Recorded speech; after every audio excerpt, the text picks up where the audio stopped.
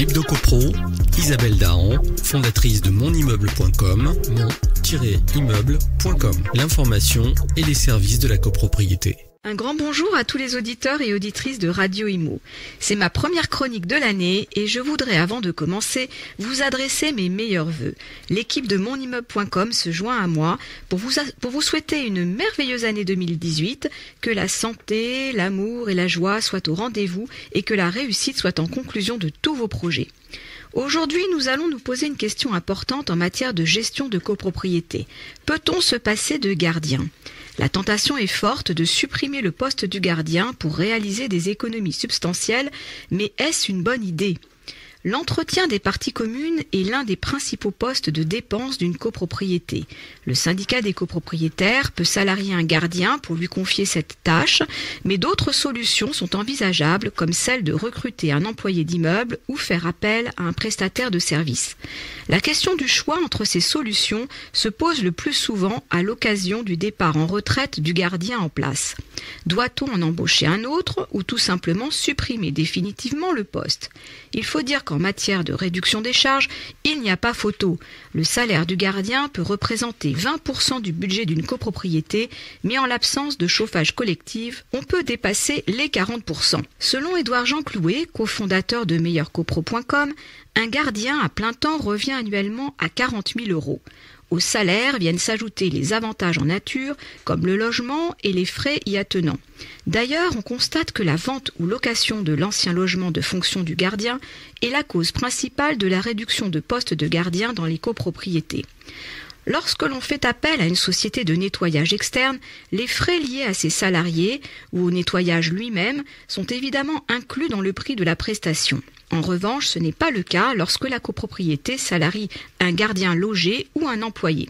La visite médicale, le contrôle des conditions de travail, l'achat des produits d'entretien, le remplacement en cas de congé, la provision de départ à la retraite, les frais de gestion du syndic ou encore le manque à gagner sur la location de la loge du gardien s'ajoutent aux salaires eux-mêmes. Au bout du compte, ces frais supplémentaires représentent 30% du coût total du gardien pour une résidence de 30 logements et 24% pour 100 logements. Pour un petit immeuble de 30 logements, l'employé est 55% moins cher que le gardien, tout frais compris. Ce fossé est beaucoup moins important dans un immeuble de 100 logements puisque l'employé est alors 9% moins cher que le gardien. En règle générale, les professionnels considèrent qu'un gardien d'immeuble est rentable à partir de 80 ou 100 logements. Il est à noter que la société de nettoyage externe est toujours la moins chère. Pourtant, le coût ne doit pas être le seul critère à prendre en compte. Les contrats de prestataires manquent de souplesse. Il n'y aura personne pour accueillir les entreprises et contrôler la bonne exécution de ces tâches. Ce rôle reviendra alors au conseil syndical. De même, sans gardien, les résidents ne peuvent plus bénéficier du service de réception et de distribution jusqu'à leur appartement des courriers et colis non volumineux. Il n'y a plus de surveillance de l'immeuble exercée par le gardien. Cela peut devenir critique si l'on se situe dans un secteur où la délinquance est importante, car la présence du gardien limite le vandalisme et les vols. Pas de doute, on va certainement réaliser des économies, mais elles s'accompagneront le plus souvent d'une dégradation de la qualité du service. N'oublions pas que dans les copropriétés des beaux quartiers, le poste de gardien est aussi un élément de standing. La perception dépendra aussi de la sociologie de l'immeuble. Pour les personnes âgées, un gardien est rassurant. Il permet de lutter contre l'isolement et va rendre de menus services. La copropriété doit donc réfléchir à ce qu'elle souhaite avant de faire un choix et ne pas se baser uniquement sur le prix, surtout quand la différence de coût est réduite comme dans le cas des immeubles de 100 lots. Selon Édouard-Jean Clouet, le secret de la baisse des charges de copropriété est dans l'achat de services sur mesure. Il n'y a pas de place pour les offres standards. Il n'y a pas non plus une solution meilleure qu'une autre.